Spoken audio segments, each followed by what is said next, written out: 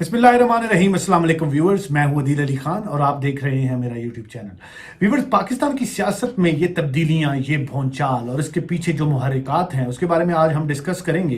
Election commission के बाहर PDM का धरना, मरियम नवाज और मौलाना फजलुर रहमान की शिरकत और उसके बाद जो खिताब किए मरियम नवाज और मौलाना फजलुर रहमान ने, उनका क्या इम्पैक्ट है और इसके पीछे क्या रीज़न है। और उसके बाद सबसे बड़ी और सबसे मेन वजह कि इमरान खान जो कि खुद को मिस्टर क्लीन कहते थे सब सियासत के अंदर, आखिर उन पे ऐसा कैसा धब्बा लगने जा रहा है जिसके बाद शायद उन्हें मिस्टर क्लीन का नारा लगाने का दोबारा मौका ना मिले। और उसके अलावा मीडिया और इंटरनेशनल मीडिया आखिर इस चीज़ को इतनी ज़्यादा कवरेज क्यों दे रहा है, मफाद किसका ज़्यादा है इसके पीछे और कौन चाहता है हुकूमत की जड़ों को हिलाना, इस सब बारे में डिस्कस करेंगे। लेकिन इससे पहले अगर आपने मेरा चैनल सब्सक्राइब नहीं किया तो चैनल को सब्सक्राइब करें और बेल के आइकॉन को क्लिक करें ताकि आने वाले दिनों में इससे रिलेटेड बहुत सी खबरें मैं आप तक पहुंचा सकूं। तो viewers, as a media person, as a analyst और एज ए यूट्यूबर अगर मैं आपसे बात करने जाऊं तो मैं आपको बहुत सी चीज़ों के बारे में बताऊंगा। लेकिन पाकिस्तान तहरीक इंसाफ और पाकिस्तान तहरीक इंसाफ के मीडिया ट्रॉलर्स जब इनके बारे में बात की जाती है, ये कमेंट पे आके डिफरेंट पोस्ट पे, सोशल मीडिया पे, इंस्टाग्राम पे, ट्विटर पे कुछ ऐसी लैंग्वेज यूज़ करते हैं और चोर चोर का नारा इतना ज़्यादा लगाते हैं कि शायद आपने देखा हो कि नवाज शरीफ जिस बात पे नाअहल हुए, नवाज शरीफ जिस बात पे उन्होंने कहा कि मुझे क्यों निकाला और जिस बात से उन्होंने प्राइम मिनिस्टर हाउस को छोड़ा, उन सब बातों पे अगर आप पीछे जाके देखें, सुप्रीम कोर्ट के फैसले को देखें तो उन्हें एक अकामे की बुनियाद पर नाअहल किया गया। हालांकि उनकी करप्शन की दास्तानें आपके सामने हैं और उसमें कोई शक भी नहीं है कि उन्होंने करप्शन की है, शरीफ बरादरान ने की है। लेकिन अगर हम प्रूफ्स की साइड पे आए तो ये प्रूफ नहीं किया जा सका कि किस तरीके से उन्होंने पैसे बनाए, किस तरीके से उन्होंने भेजे, वो वे आउट। अगर वो मनी ट्रेल नहीं दे सके तो अदालत में ये भी नहीं साबित हो सका कि उन्होंने करप्शन से पैसे बनाए। लेकिन हुआ क्या, पीटीआई के supporters, prime minister Imran Khan, उनके मिनिस्टर्स और तहरीक इंसाफ के सब लोगों ने चोर चोर का नारा इतना ज़्यादा लगाया, इतना भरपूर तरीके से लगाया कि सारी अवाम, सारी दुनिया, इवन के मुझे यहाँ पे कुछ लोग डिफरेंट कंट्रीज से, तुर्की से बिलोंग करने वाले लोग मिले, वो भी मुझे डायरेक्ट ये बात करते हैं कि मियाँ नवाज शरीफ चोर है। वजह क्या है कि नारा इतना ज़्यादा लगाया गया चोर चोर का, चोर चोर का, डाकू डाकू का, कि नहीं मानने वाले भी मान गए कि ये चोर है। हुआ क्या, यही ट्रेजेडी थी। लेकिन पूरे मुल्क में इमरान खान के मुखालफीन भी, जो उनके खिलाफ लोग भी थे, वो इस बात पर ज़रूर मुतफिक थे कि Imran Khan is a clean man, Imran Khan is a honest man. आज पहली दफ़ा अपोजिशन की स्ट्रेटजी अगर आप देखें तो उन्होंने इस लिहाज से चेंज की कि फॉरेन फंडिंग का केस, जो कि एक बहुत पुराना केस है, लेकिन अगर आप उस पर गौर करें तो आजकल ऐसी क्या वजह है कि फॉरेन फंडिंग के केस को इतनी ज़्यादा हाइप दी जा रही है, इतना ज़्यादा शोर मचाया जा रहा है ताकि लोगों के कानों में ये बात गूंजे कि इमरान खान भी करप्ट है, इमरान खान भी चोर है, हुंडी के थ्रू पैसा मंगवाया, पार्टी में गैर कानूनी तौर पर पैसा मंगवाया, कश्मीर दुश्मन इमरान खान है, इसराइल से फंडिंग खान ने ली, इंडिया इनकी सपोर्ट पे था। ये सारे फैक्टर्स और ये सारी चीज़ें इतनी ज़्यादा दफ़ा मीडिया पे डिस्कस हों, सोशल मीडिया पे पहले ही इस बारे में बहुत ज़्यादा बातें शुरू हो गई हैं, लोग इसके बारे में इतनी डिस्कशंस करें क्योंकि हमारे मुल्क में लोगों में जो जिनका सियासत का इंटरेस्ट है वो इस बात पे बहुत ज़्यादा मुत्तफिक हैं, स्पेशली हमारा मजहबी तबका और ग्रास रूट लेवल के कुछ लोग। Because viewers, as a YouTuber जब मैं वीलॉग्स करता हूँ तो मुझे एक चीज़ का अंदाज़ा हुआ कि पीटीआई के सपोर्टर ज़्यादा एजुकेटेड हैं, वो सोशल मीडिया से ज़्यादा आगाह हैं। उस बात पे आके वो कमेंट तो ज़रूर करते हैं, लेकिन आप ये देखें कि कितने परसेंट लोग वो हैं जो सोशल मीडिया यूज़ करते हैं लेकिन सोशल मीडिया को प्रॉपर्ली यूजेज में, कमेंट्स में या उन चीज़ों पे आके लॉगिंग में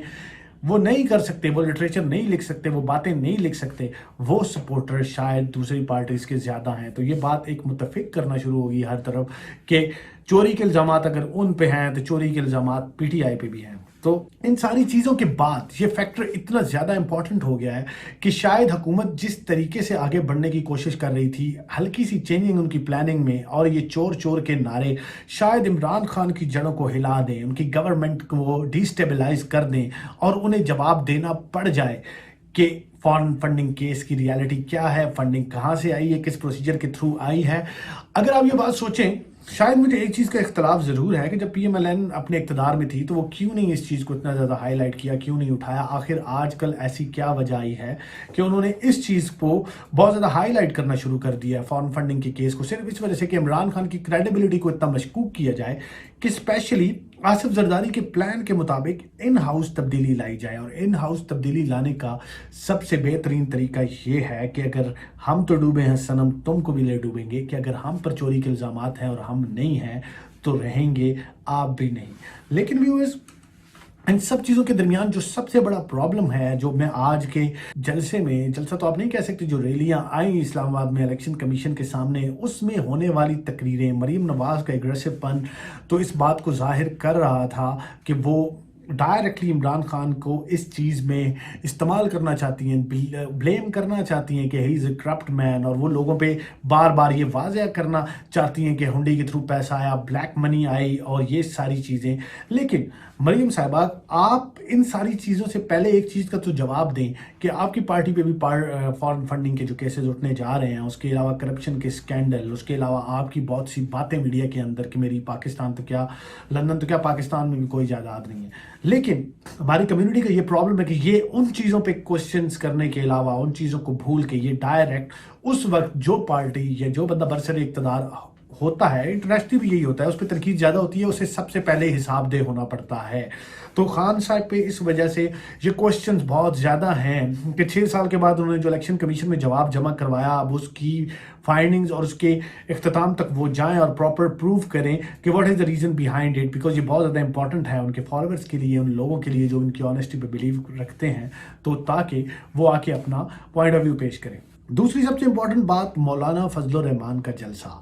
मौलाना फजलुर रहमान का जलसा, मैं उसको बिल्कुल इस वजह से सपोर्ट नहीं करता। मेरे ख्याल में ही is doing more damage than Maryam Nawaz. उन्हें नहीं चाहिए कि वो तकरीरों के दरमियान फिर इदारों को लेके आते हैं, कभी कोई भी सियासी मौका हो फिर इदारों पे हिट करते हैं। और मैं पहले भी कह चुका हूँ कि पाकिस्तान के इदारे, पाकिस्तान की इस्टेब्लिशमेंट और ये कुछ लोग ऐसे हैं जिनकी वजह से पाकिस्तान का दिफा मजबूत है, और ये क्रेडिट मैं इमरान खान को देता हूँ। पिछले 3 सालों में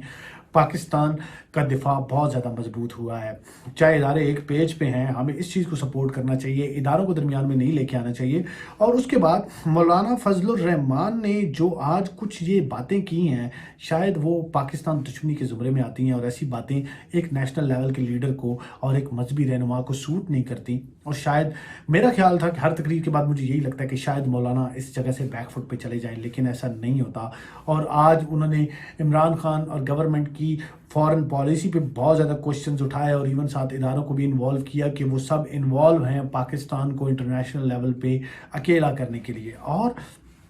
अगर आप मौलाना फजलुर रहमान की तकरीर सुने आज जाके, तो उसके दरमियान जो मुझे सबसे बड़ा एक चीज़ नज़र आई जो कि नहीं होनी चाहिए थी, वो थी पीडीएम के नारे। कि वो आपने सुने, मैं उन नारों को इधर दोहरा नहीं सकता, अगर आप उनकी तकरीर जाके सुने तो वो वही नारे थे जो पीडीएम लगाती थी, और वही पीडीएम के नारे अब मौलाना फजलुर रहमान के जलसों में लगना शुरू हो गए हैं। तो शायद ये बहुत ज़्यादा बैड इम्पैक्ट जाएगा पाकिस्तान की पॉलिटिक्स के लिए भी, और इस तरीके से कभी भी इदारे, गवर्नमेंट, अपोजिशन, कोई भी सेक्टर स्टेबलाइज नहीं हो सकता। और हमें ये चीज़ देखनी चाहिए कि शायद ये सब चीज़ें करते हुए हम दुश्मन के एजेंडे को आगे तो नहीं बढ़ा रहे। हमें इस पे ज़रूर नज़रसानी करनी चाहिए, सियासत अपनी जगह पे ज़रूर होनी चाहिए, लेकिन एक लिमिट होनी चाहिए, एक रेड लाइन होनी चाहिए जिसको क्रॉस नहीं करना चाहिए। अपना बहुत ज़्यादा ख्याल रखिएगा, चैनल को सब्सक्राइब करें। आने वाले दिनों में बहुत सी वीडियोज़ पे हम इस किस्म की चीज़ें डिस्कस करेंगे। अपना बहुत ज़्यादा ख्याल रखिएगा। पाकिस्तान जिंदाबाद।